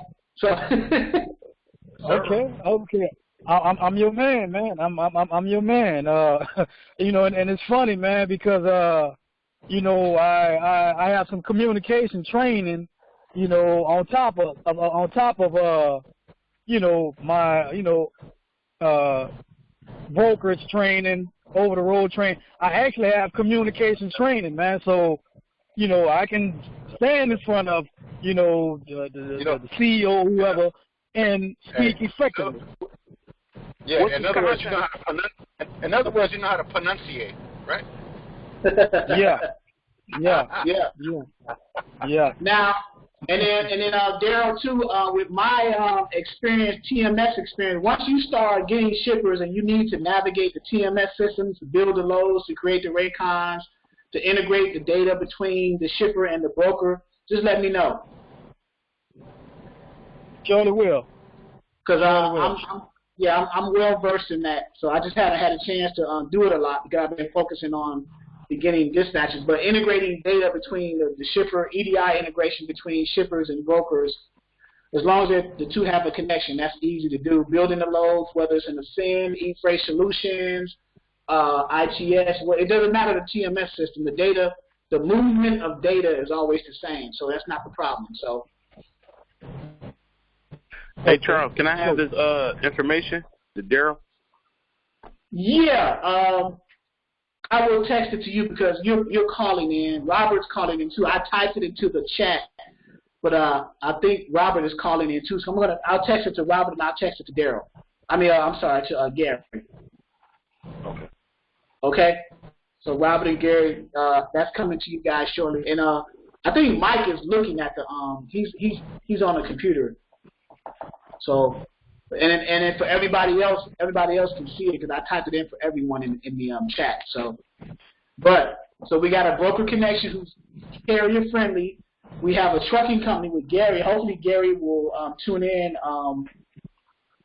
and provide feedback every time, I guess, or every chance you get. And then of course Robert is always a contributor.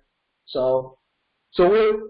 Remember what I said about a month or so ago, Robert? We're building a consortium. Remember that? Yes, sir. So, and it's building. So, those of you who are brand new, especially those who enrolled today, I'd like to thank you for joining. I didn't go over as much basics information as needed, but just go through your orientation, go to your back office, get set up with that. My cell number, any questions outside of this training that we didn't go over that you need, just give me a call. Text me first because I may be doing something with the wife, eating or whatever, spending time, but text me and I'll get back with you immediately, or send me an email to the Exodus email. But go through your modules, and then as we have the live trainings on Wednesdays and Sundays, pose your questions there from a basics level. And of course, that's, I'll definitely answer those questions from that point as well. But yeah, the guests, thank you for the guests for tuning in, and the members who just recently joined, thank you for your support, and hopefully you will get out of this as much as you put into it. Any other closing questions before we get ready to Can you talk to Carmen? Can you talk to Carmen? Yeah, I can talk to Carmen a little bit more. I gotta reach somebody said hi to me. Let me Hey Charles, it's Sarwa. How are you? Who is this? It's Sarwa. I have one question. Oh, Sarwa, okay. As far I know, you have the option of logging into the different load boards, but if I wanted to choose one, is there one that's independent dispatcher friendly, where we would have admin access for accounting tools and so on? Is there one that you would recommend, or do they even have it available to us as dispatchers? As dispatchers, I don't believe so. You would have to have a broker level login. If there was one that would be remotely close to what you're asking, that would be 123 load board. Okay. Okay, thank you. Okay. All right. Carmen, let's see. Carmen, because we're interested in adding a Hispanic dynamic to our platform where we go after Hispanic carriers, truck drivers. So if Carmen is still here, we'll do thanks for your time. I think Carmen is still with us. That's a big thing, the Hispanic truck. Yeah, I'm here. I'm listening. Yeah, Gary, that's a good point. Yeah, going after, because they are a growing demographic, so we figure we want to take it. We want to get ahead of that growth and try to position ourselves to get some of those carriers from a Hispanic perspective. And I'm looking for bilingual individuals who are willing to work with the platform and to be dispatchers for the platform for the Hispanic carriers.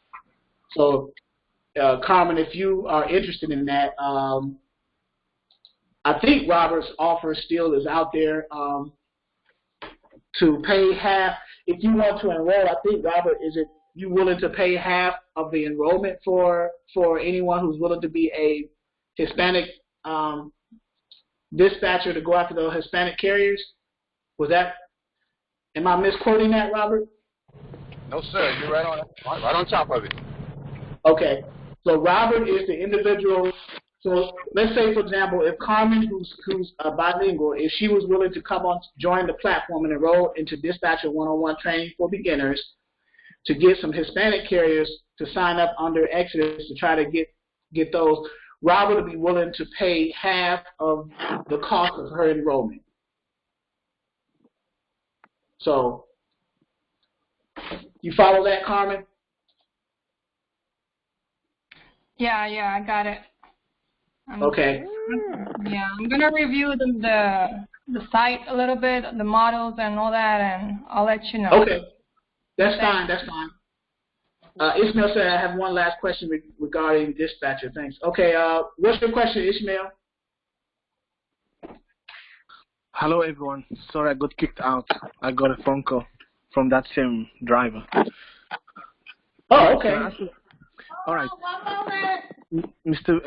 Charles, I don't know if you remember, a couple of weeks back on one of the Facebook groups, there was a guy by the name Danny who said that, like, you could be a remote dispatcher for one of these companies called Jones Motors, like you become a sub-agent, and you try to help out the company or the group of companies. They have like 1,200 carriers and they need help to be dispatched. It's more like in-house dispatching.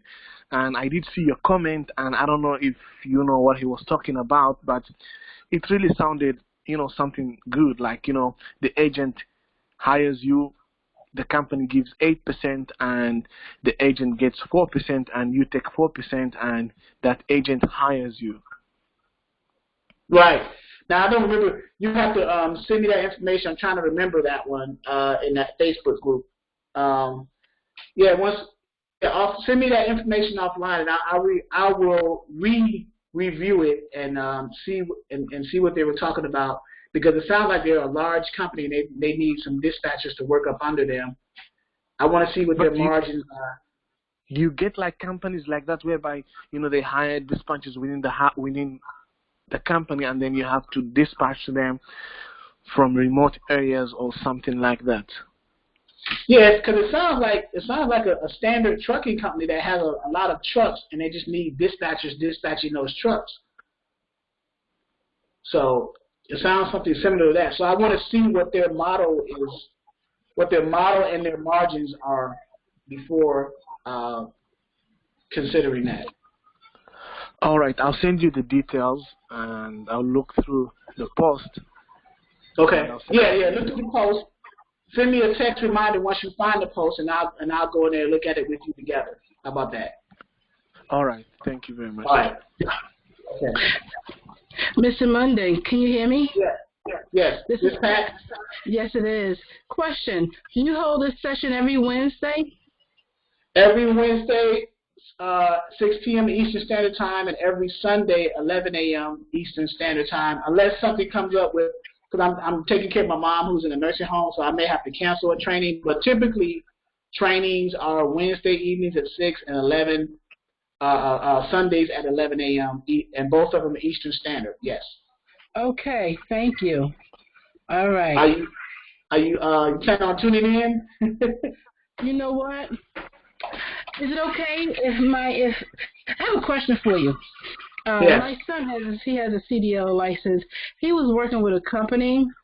I'm here in PA. We're here in PA, and his former employer has been holding his driving record, which he has not been able to get a job. He has jobs that are calling him that want him to work, but because him and his employer had a dispute, he will not release his driving record to other employers that are looking for him to come and work for them.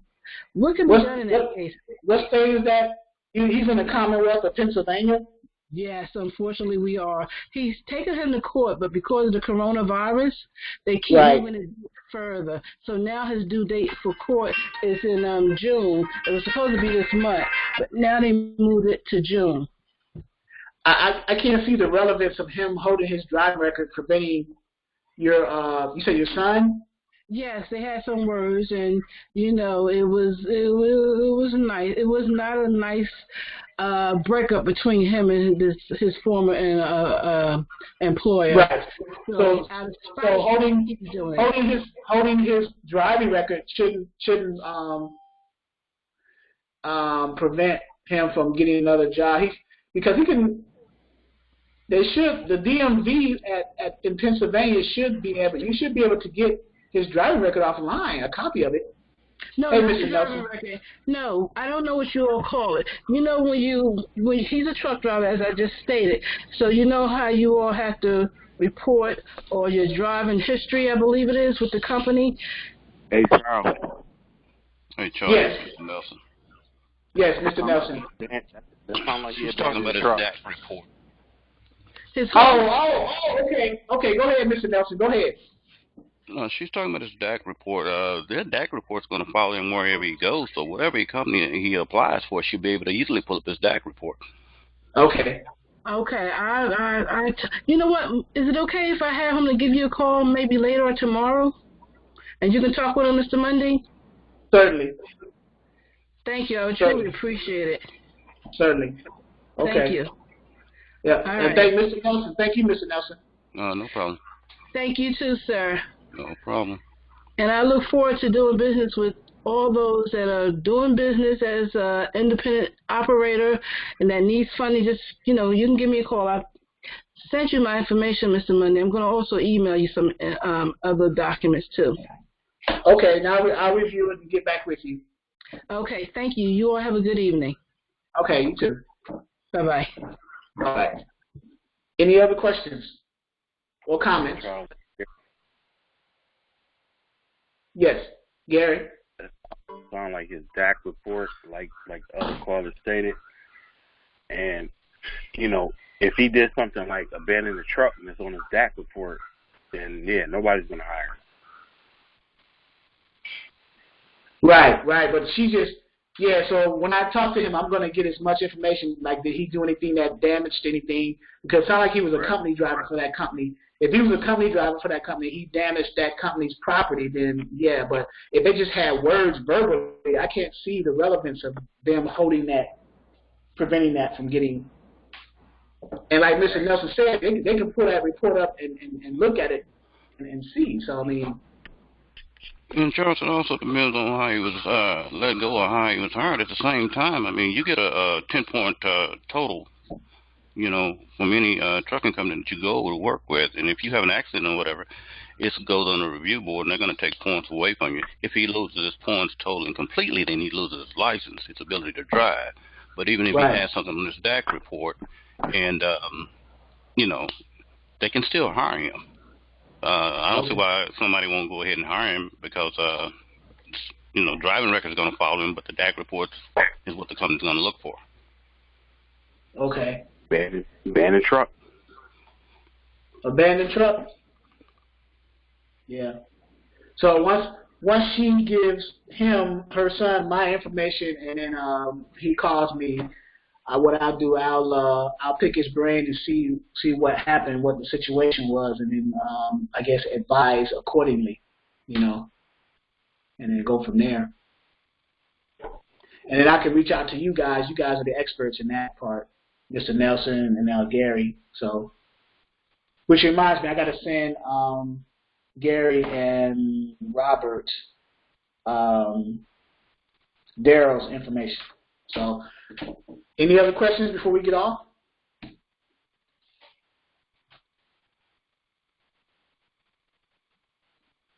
Yeah, Mike, I agree. It sounds like it's more to the story than what he may have told his mom. So, but I'll be able to fill that out once he calls me, and the way I ask questions to him, we can determine, if what was going on. So, hey, Moni, hey, Ali.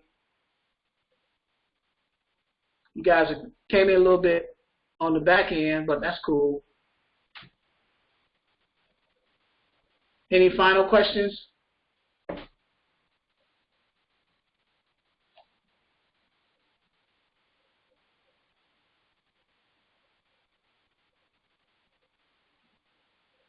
All right, until, what is this, Wednesday, Sunday, 11 a.m.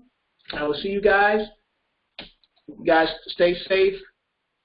Of course, I can be reached always at my phone number and email, but you guys stay safe and protected, 6 feet apart, wash hands. We got a lot going on out here, so it's crazy. I will talk to you guys Sunday. All right, take it easy, man. All right.